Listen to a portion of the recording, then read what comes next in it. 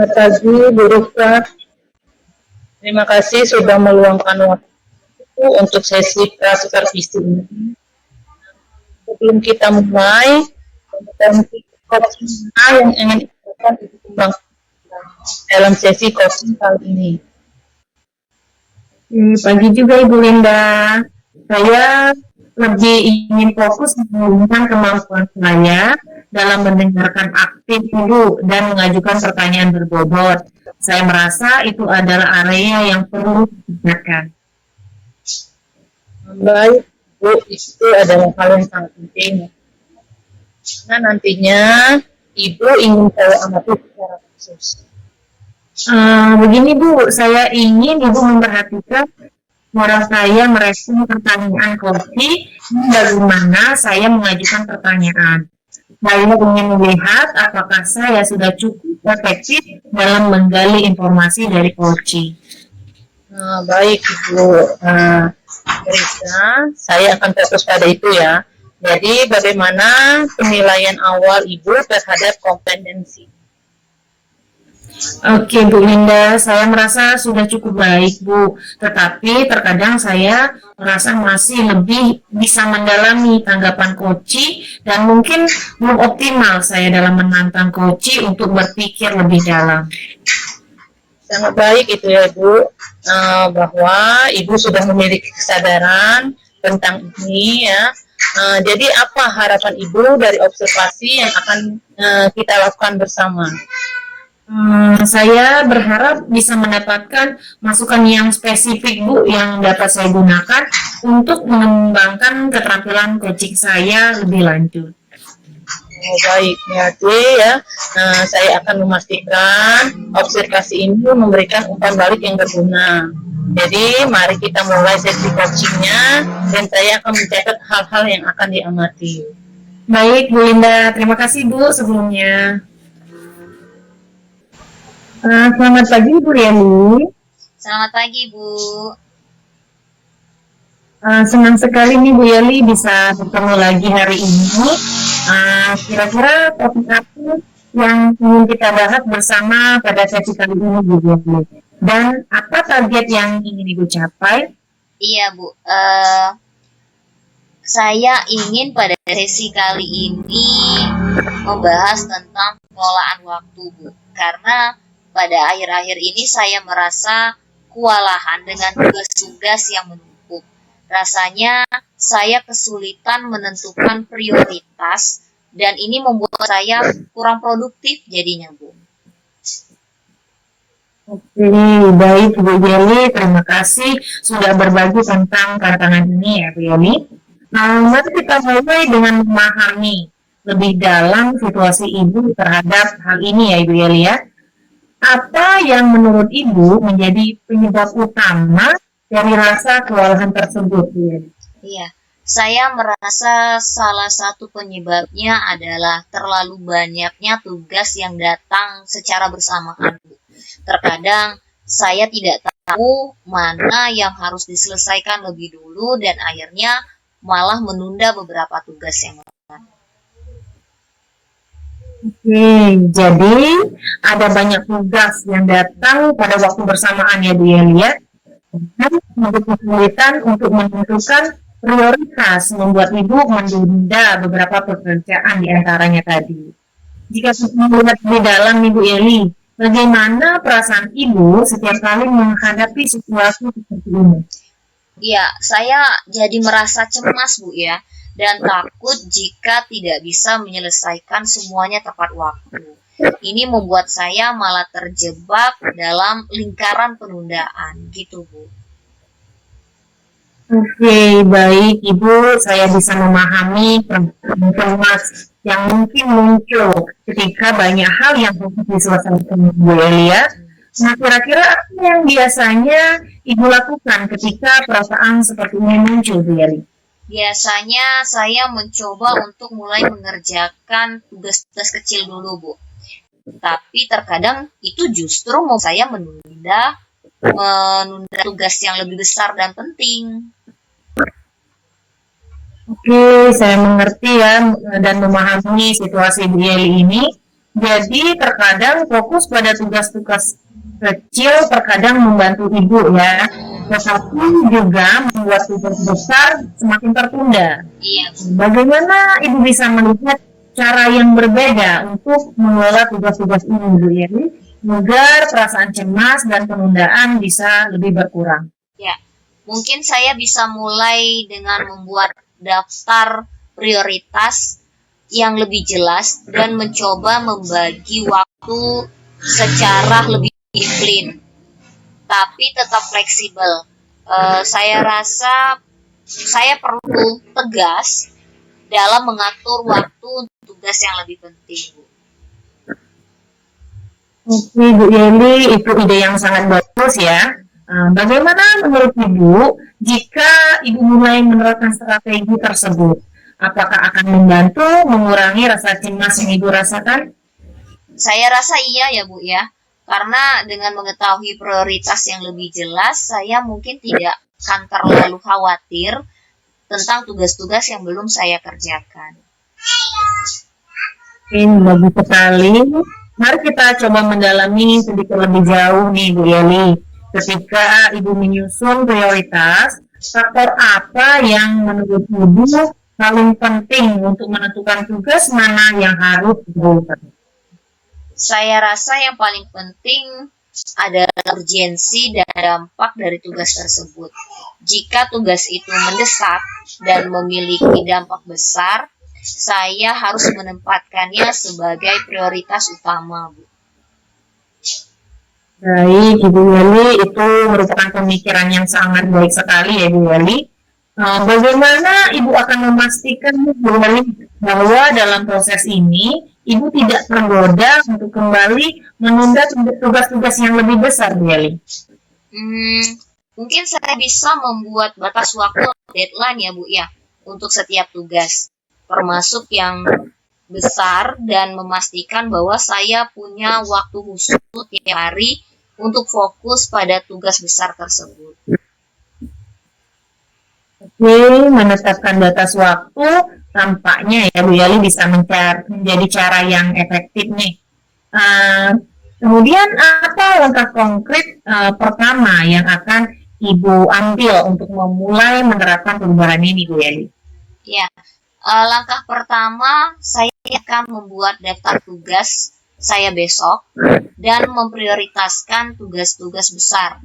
Saya juga akan menetapkan waktu khusus untuk menyelesaikannya. Tentu saja itu merupakan rencana yang sangat jelas dan terukur, Bu Yali ya. Kemudian apakah ada sumber daya atau bantuan yang perlu Ibu perlukan untuk membantu Ibu dalam menjalankan rencana ini?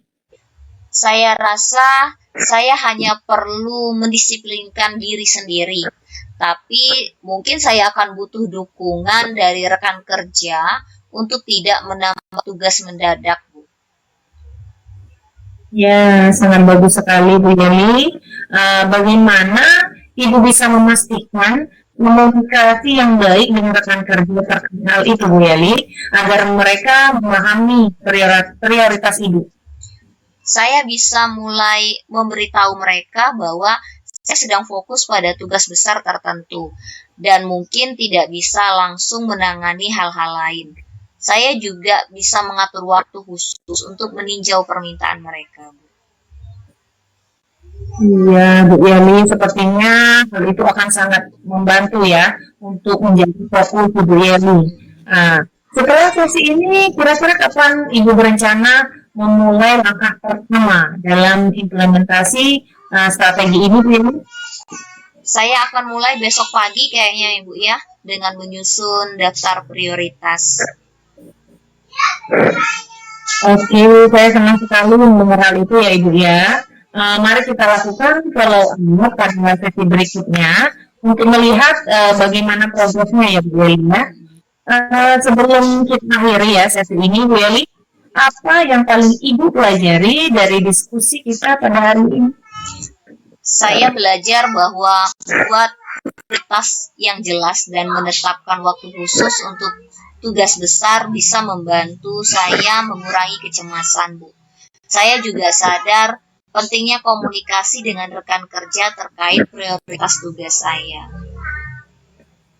Oke, itu pelajaran yang sangat berharga ya Ibu Eli. Terima kasih Ibu Eli yang berbagi dengan saya hari ini, dan saya akan sangat senang nih mendengar bagaimana perkembangan Ibu pada sesi berikutnya. Kira-kira ada yang ingin disampaikan lagi Bu Eli pada sesi ini sebelum kita akhiri? Saya rasa sudah cukup, Bu. Saya juga berterima kasih karena Ibu sudah mau meluangkan waktu untuk saya. Oke, terima kasih Bu Eli. Selamat pagi. Selamat pagi, Bu. Terima kasih atas sesi membaca kita ya. Sebelum saya memberikan umpan balik, nah menurut Ibu penilaian performa Anda dalam sesi tadi? Terima kasih Bu Linda. Secara umum saya merasa sesi berjalan dengan cukup baik ya Bu. Saya berhasil membimbing Koci untuk mengeksplorasi masalahnya, dan dia tampak lebih yakin dengan rencana tindak lanjutnya Bu Linda. Tapi saya merasa masih bisa lebih dalam lagi mengajukan beberapa pertanyaan sebenarnya Bu. Oh, menarik sekali ya. Terus apa yang membuat Ibu merasa seperti itu?